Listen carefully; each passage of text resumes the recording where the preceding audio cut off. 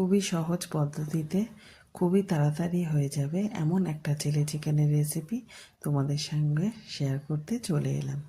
আর সামান্য ঘরে থাকা উপকরণ দিয়েই রেসিপিটা হয়ে যাবে। চলো তাহলে দেখে নিই এর জন্য কি কি লাগবে।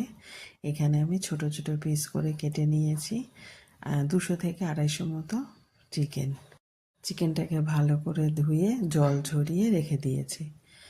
একটা বাটির মধ্যে নিয়ে নিলাম, দিয়ে দিলাম পরিমাণ মতো নুন, 1 চামচ আদা রসুন পেস্ট, একটুখানি সয়া সস এই 1 চামচ মতো, আর দিলাম কিছু গোলমরিচের গুঁড়ো, দিয়ে ভালো করে মাখিয়ে আধ ঘন্টা মতো রেখে দিলেই হবে।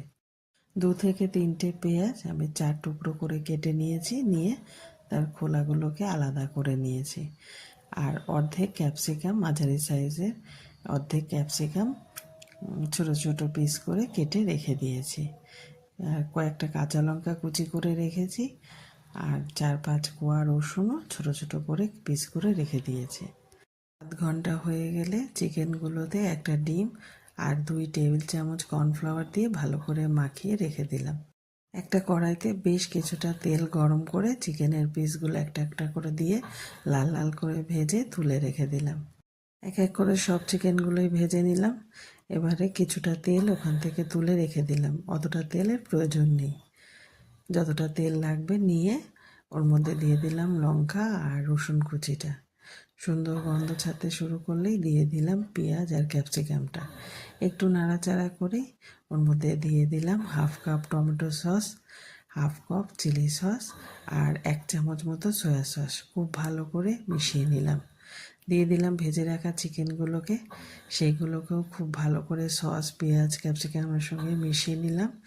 নিয়ে দিয়ে দিলাম 1/2 কাপ মতো জল, বেশ কিছুক্ষণ ফুটিয়ে নিলাম। এইবারে ওর মধ্যে দিয়ে দিলাম 1/2 কাপ জলের মধ্যে 1 চামচ কর্নফ্লাওয়ার দিয়ে গুলে রেখে দিয়েছিলাম, সেটাকেই দিয়ে দিলাম। দিয়ে দিলাম 1 চামচ চিনি। এর মধ্যে গ্রেভিটাও ঠিক হয়ে গেছে। নামানোর আগে একটু স্প্রিং অনিয়ন আর একটু সেসেমি সিড দিয়ে নামিয়ে নিলাম।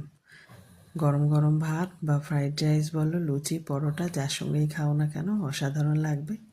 তোমরা অবশ্যই বাড়িতে একবার ট্রাই করবে আর আমাকে কমেন্ট করে জানাবে কেমন লাগলো। ভালো লাগলে একটা লাইক করে দিও। আমি আজকে চিলি চিকেনটা গরম গরম ফ্রাইড রাইসের সঙ্গে সার্ভ করেছিলাম। আর হ্যাঁ, আমার চ্যানেলটাকে সাবস্ক্রাইব করতে ভুলো না কিন্তু।